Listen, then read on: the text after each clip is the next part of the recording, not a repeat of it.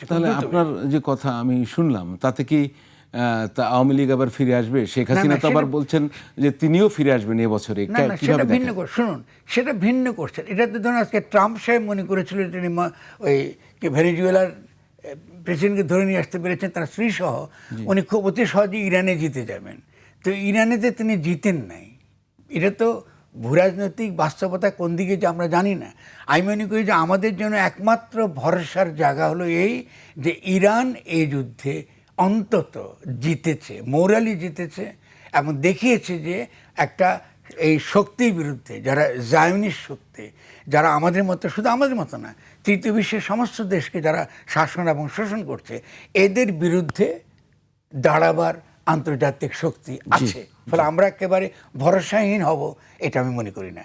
2 নম্বর point হচ্ছে, আমি মনে করি না এরপরে লড়াইটা এই আমাদের রাজনৈতিক সীমানার মধ্যে হবে। এটা উপমহাদেশের সমস্যা আকারে হাজির হচ্ছে ক্রমশ, এবং এই উপমহাদেশের সমস্যা আকারে এটাকে ঠেলে দিচ্ছে কিন্তু দিল্লি, আমরা না।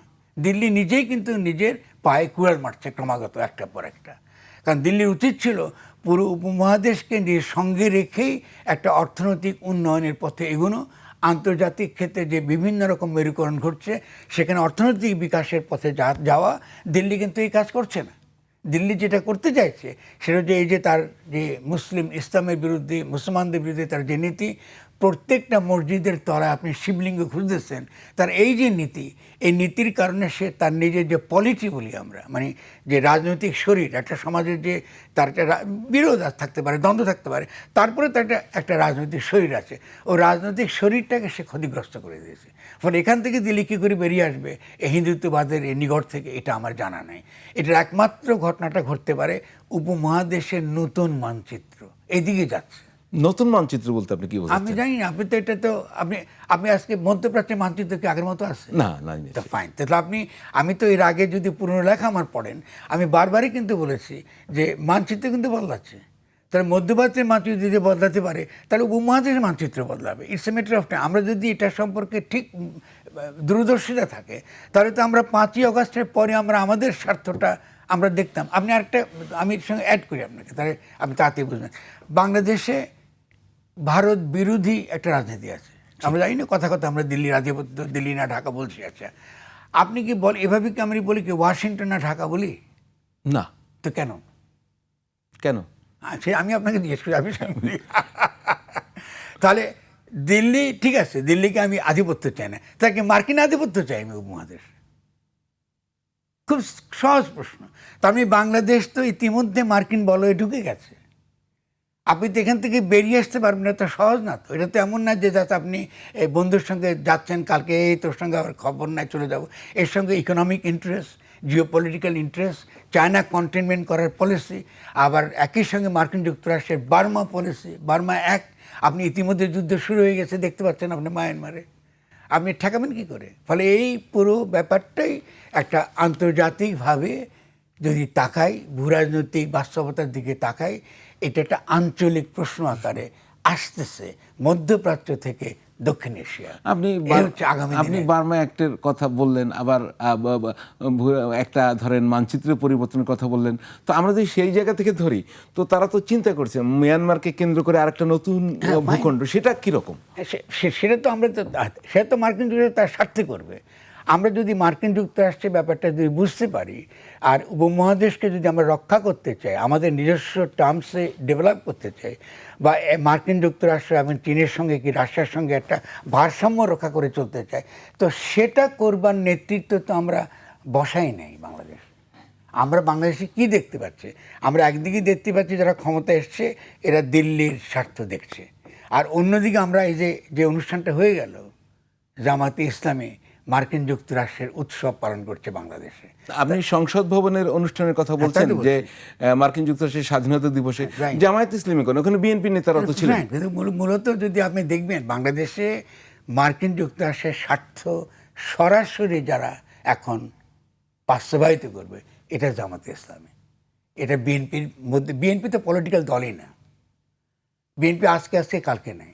পলিটিক্যাল দল ছিল বাংলাদেশের জামাতে ইসলামী আর আওয়ামী লীগ, যদি পলিটিক্যাল দল করেন। বিএনপির একটা ইডিওলজি আমাকে বলেন না, যার ভিত্তিতে তার একটা দূরদর্শী চিন্তা আছে, বলুন আমাকে। থাকতে তো হবে। রাজনীতি মানে কি, আপনার তো আর কিছু হোক বা না হোক, এটাতে তো আদর্শ থাকতে হবে। আওয়ামী লীগ ফ্যাসিস্ট অর্গানাইজেশন, আওয়ামী লীগ আমাদের মারাত্মক ক্ষতি করেছে। কিন্তু আওয়ামী লীগের যদি আপনি বাংলাদেশের যে বিকাশের তার যে ধারা, বাংলা ভাষা বাংলা সংস্কৃতির ধারা, এই ধারার ক্ষেত্রে তো তার অবদান আছে, আপনি তো ফেলে দিতে পারছেন না তাকে। লিবারেল ডেমোক্রেসির ক্ষেত্রেও তার অবদান আছে। তাহলে আওয়ামী লীগ ফ্যাসিজমটা সমস্যা, বাংলা ভাষার সংস্কৃতির আমার সমস্যা না। ফলে আওয়ামী লীগ ফিরে আসবে না আওয়ামী লীগ আকারে, কিন্তু আওয়ামী লীগ যে কোনো হিস্টোরিক্যাল অবদান, ঐতিহাসিক যে বিকাশের যে ধাপগুলো আছে, সেই ক্ষেত্রে আপনি আওয়ামী লীগের অবদান আমি তো দেখতে পাচ্ছি। আপনি আমাকে লিখতে বললে আমি লিখতে পারবো, নিন্দা করতে পারবো, আবার ইতিবাচক দিকে লিখতে পারবো। বিএনপির কন্ট্রিবিউশনটা কী বলেন?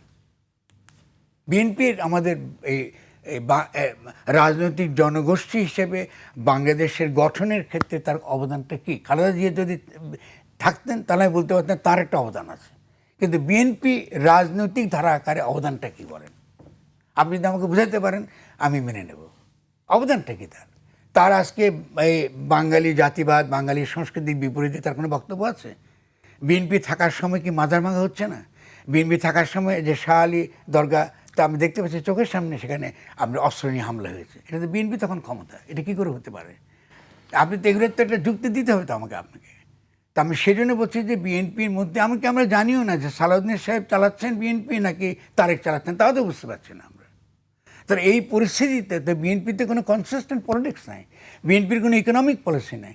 বিএনপি যে বাজেট দিয়েছে সে অতীতের বাজেটটি খারাপ। আপনি যে ট্যাক্স দিচ্ছেন, ট্যাক্স বসাচ্ছেন, বাইরে থেকে আপনি ঋণ নিচ্ছেন, তো জনগণ তো আপনি করের বোঝায় তো আপনি মেরে ফেলবেন কদিন পরে। এই যে নিম্নবিত্ত মানুষ বাঁচবে কী করে? এই যে আপনি ধরুন নিচে যারা গরিব তারা তো গরিব আছে, কিন্তু তারা মোটামুটি নিম্নবিত্ত। আমাকে আপনার নিজের কথা দেখেন, আমরা তো মধ্যবিত্ত শ্রেণীর মধ্যে আছি, আমরা কি মাস শেষে চলতে পারছি? তারা এখান থেকে আমি তাড়াতাড়ি এখন ধরুন সেক্ষেত্রে কী বলতে পারি আমরা, আমাদের সংকটটা অনেক ডিপার, সত্যি কথায়। সেই জন্যই বিএনপিকে আমরা দোষারোপ করবো না, কিন্তু বিএনপি তো সমস্যার সমাধানের জন্য তো আলোচনা করতে হবে। তো বিএনপিকে আলোচনা করেছে কারণ আমরা শুনবো আপনার কাছ থেকে আরো অনেক কিছু, আমরা ওই জায়গাটা যেতে চাই আরো। এর আগেও আপনি ইন্টারিম গভর্নমেন্ট নিয়েও কথা বলেছেন, ইউনুস সাহেব, আমরা সেগুলো